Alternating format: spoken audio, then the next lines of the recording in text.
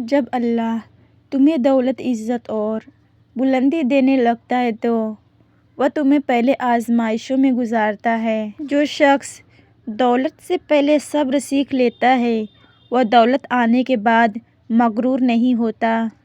اللہ تمہیں دینے سے پہلے آزماتا ہے تاکہ تم اس نعمت کے قابل بن سکو۔ تمہاری تنہائی دراصل تمہاری تربیت ہے۔ اللہ تمہیں خود تیار کر رہا ہے۔ جب دنیا تمہیں نظر انداز کرے سمجھ لو اللہ تم پر توجہ دے رہا ہے۔ صبر کرنے والا کبھی خالی ہاتھ نہیں رہتا۔ اس کا رب اس کی خاموشی سنتا ہے۔ ناکامی وہ دروازہ ہے جس کے پیچھے کامیابی چھپی ہوتی ہے۔ جو ٹوٹتا ہے وہی نرمی سیکھتا ہے اور نرمی ہی نعمت کا راستہ ہے۔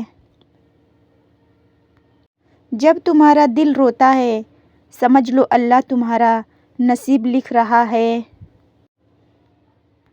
مشکلات کے اندر دولت چھپی ہے کیونکہ مشکل انسان کو قیمتی بنا دیتی ہے۔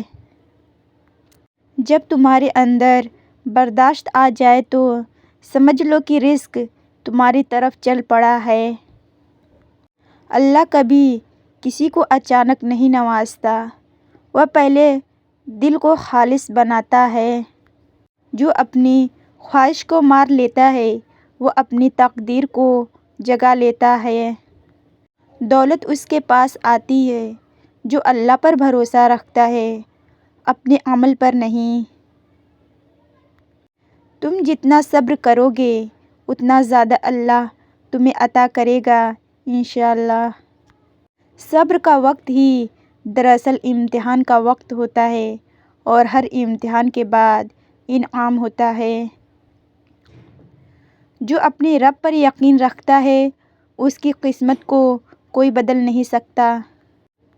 جب تک تمہارے اندر شکر پیدا نہیں ہوتا رزق تم تک نہیں پہنچتا۔ دولت دل میں نہیں نیت میں چھپی ہے۔ نیت خالص ہو تو رزق خود آتا ہے۔ اللہ تمہیں دیر سے دیتا ہے تاکہ تم سیکھ لو کہ اصل دولت صبر ہے۔ صبر سے بڑی کوئی دولت نہیں۔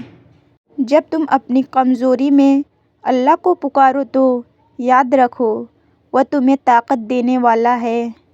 دولت آنے سے پہلے یہ 3 تکلیفیں ضرور ملتی ہیں۔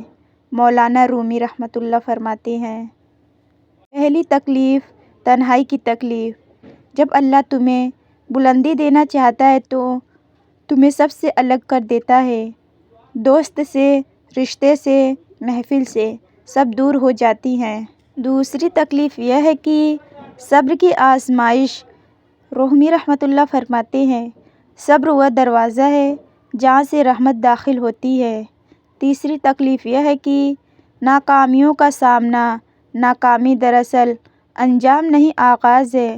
یہ وہ استاد ہے جو انسان کو سکھاتا ہے کہ کامیابی کی قدر کیسے کریں۔